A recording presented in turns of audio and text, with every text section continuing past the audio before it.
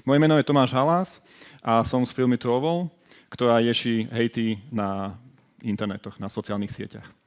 Najprv si povedzme, že čo je hejt, ako definujeme hejt.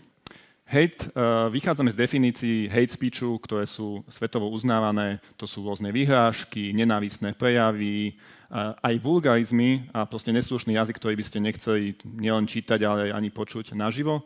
Čo za hejt nepovažujeme, je vecná kritika, nejaká výmena rozdielných názorov, nebodaj nejaký sarkazmus a humor.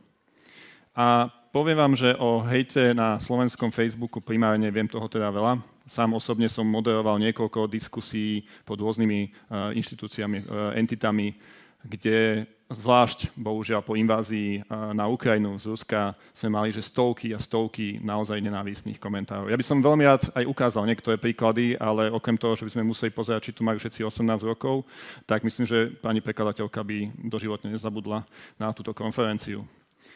A keď som denne naozaj tie stovky komentárov musel ručne deletovať, tak som si raz povedal, zavolal som kamarátov z IT sektora, že chalani, že to sa musí dať spraviť nejak inak.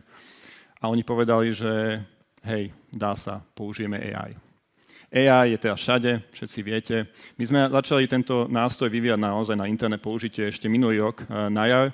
A vtedy ešte nebol ChatGPT, vtedy ešte AI som bol ako jednou z ďalších buzzwordov, ktoré hýbu svetom. A prečo musíme používať AI? No lebo klasicky sa používa nejaká detekcia na základe kľúčových slov. Bohužiaľ to nefunguje dostatočne, ľudia sú veľmi kreatívni, nie na Slovensku, ale aj v zahraničí, s rôznymi verziami, ako napísať niečo škaredé.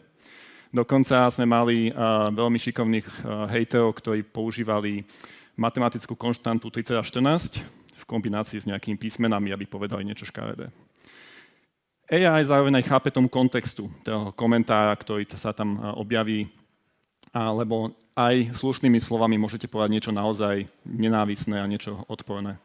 A AI, tým, že ju trénujeme na mesačnej báze a prichádzame s naozajstnými inputmi zo života, tak sa vyvíja spolu s tým jazykom, ktorý sa používa teraz.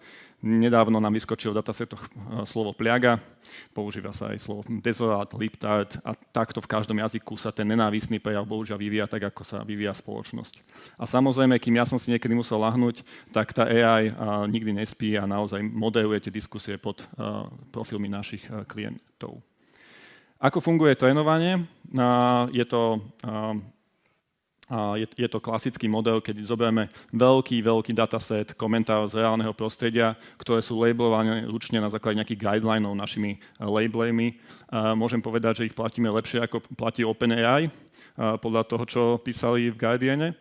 A tieto komentáre sú všetky labelované minimálne 3 ľuďmi, aby tam nebol nejaký bias alebo nejaké chyby. Čo vznikne dataset a na základe datasetu sa trénuje, validuje a aj testuje model predtým, než ide do produkcie. Vďaka tomu máme umelú inteligenciu, ktorá rozlišuje kontext a automaticky skrýva tie nenávistné a vulgárne prejavy pod profilmi našich klientov. A keďže sme na konferencii, ktorá rieši AI, určite ste veľakrát počuli ChatGPT, to je teraz odpoveď na všetky otázky sveta. A určite viacejkrát aj ste vy počuli so svojím problémom a ja som počul aj s týmto, že veď sa iba teraz pýta ChatGPT. Žiaľ, ChatGPT je vynikajúci nástroj na niečo iné. ChatGPT je generátor. Vám vygeneruje 100% istotou niečo, čo 100% nie je pravda, kým my používame klasifikátor, ktorý sa trénuje trošku inak. No a keď už sme mali tú umelú inteligenciu, vedeli sme pozrieť, že aké komentáre existujú, tak sme si povedali, že tak pozrieme sa naozaj globálne na ten slovenský online priestor a spravili sme analýzu hejtu na slovenskom Facebooku. Počas 15 dní v apríli sme monitorovali 428 stránok z rôznych politických, nepolitických, mediálnych, lifestyleov, dokonca pod receptami sa ľudia vedia pohádať, športu, inštitúcií a podobne, vďaka čomu sme zoskrejpovali cez 500 000 komentárov, ktoré sú verejne dostupné, a pustili sme na to náš AI hate detektor a vyhodnotili.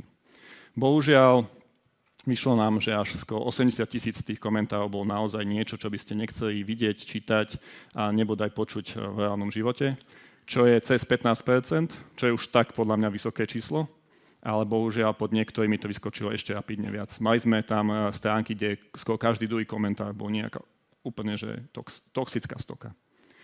Z analýzy, ktorú nájdete aj na bezhejtu.sk celú a viac detailne, vyšlo, že najväčší počet komentárov a najväčší počet aj hejtov, žiaľ, je pod stránkami facebookovými profilmi médií, klasických.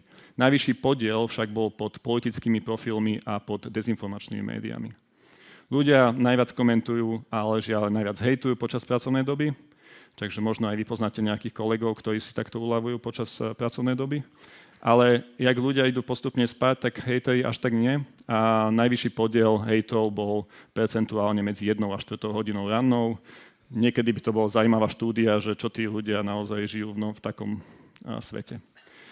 A keď už sme teda vedeli, že koľko je toho problému na slovenskom Facebooku a my nemôžeme ovplyvniť to, čo robí Facebook, nemôžeme ovplyvniť každého stránku, takú silu nemáme, my môžeme vyzvať ľudí, ktorí majú dosah na tie stránky a môžu mať práva moderovať svoje diskusie, aby ich moderovali. A tak vznikla s iniciatívou CSAME, iniciatíva bez hejtu, kde sa naši členovia iniciatívy dobrovoľne zaväzujú dodržiavať nejaké štandardy. Kvôli tomu, že chceme spoločne ten priestor pre ten hejt a pre tie nenávistné prejavy obmedziť a vytvoriť viac priestoru pre slušnú diskusiu. Čiže členovia iniciatívy sa zaväzujú dodržiavať nejaké pravidlá moderácie, ktoré komunikujú, monitorovať aktívne tú diskusiu a odstraňovať nenávistné a vulgárne prejavy. Iniciatívu sme spustili iba tento rok v máji a už teraz má vyše 100 členov a pribúdajú stále noví. Iniciatívu od začiatku podporila pani prezidentka Zuzana Čaputová, policajný zbor, toto krásne mesto Košice, ktoré ste tu navštívili, rôzne firmy, mimovládne organizácie, médiá a influenceri, vďaka čomu postupne znižujeme a máme dosah tam, kde naši klienti a naši členovia iniciatívy chcú, aby ten priestor nebol. A ja môžem povedať, že má to zmysel. Ukazujú nám to aj dáta, ktoré budeme vyhodnocovať tú iniciatívu teraz v októbri, že postupne čím viac sa moderuje, čím menej priestorov dostávajú tí hejteri, tie komentáre sú automaticky skryté, oni nedostávajú tie svoje lajky a nemajú tú attention, po ktorej tak strašne idú, tak sa znižuje počet toho hejtu. A slušní ľudia, ktorí chcú naozaj iba diskutovať, chcú sa tam vyjadriť, bez toho, aby im niekto začal hneď nadávať, sa vracajú do diskusie a poviem to takto, z Facebooku sa stáva menšia stovka. A vďaka AI my sme už skontrolovali, tak AI skontrolovala vyše 3 milióny komentárov. Detekovala a odstránila vyše 500 000. Chráni AI vyše 100 slovenských facebookových profilov, ale ďalšie už aj v zahraničí.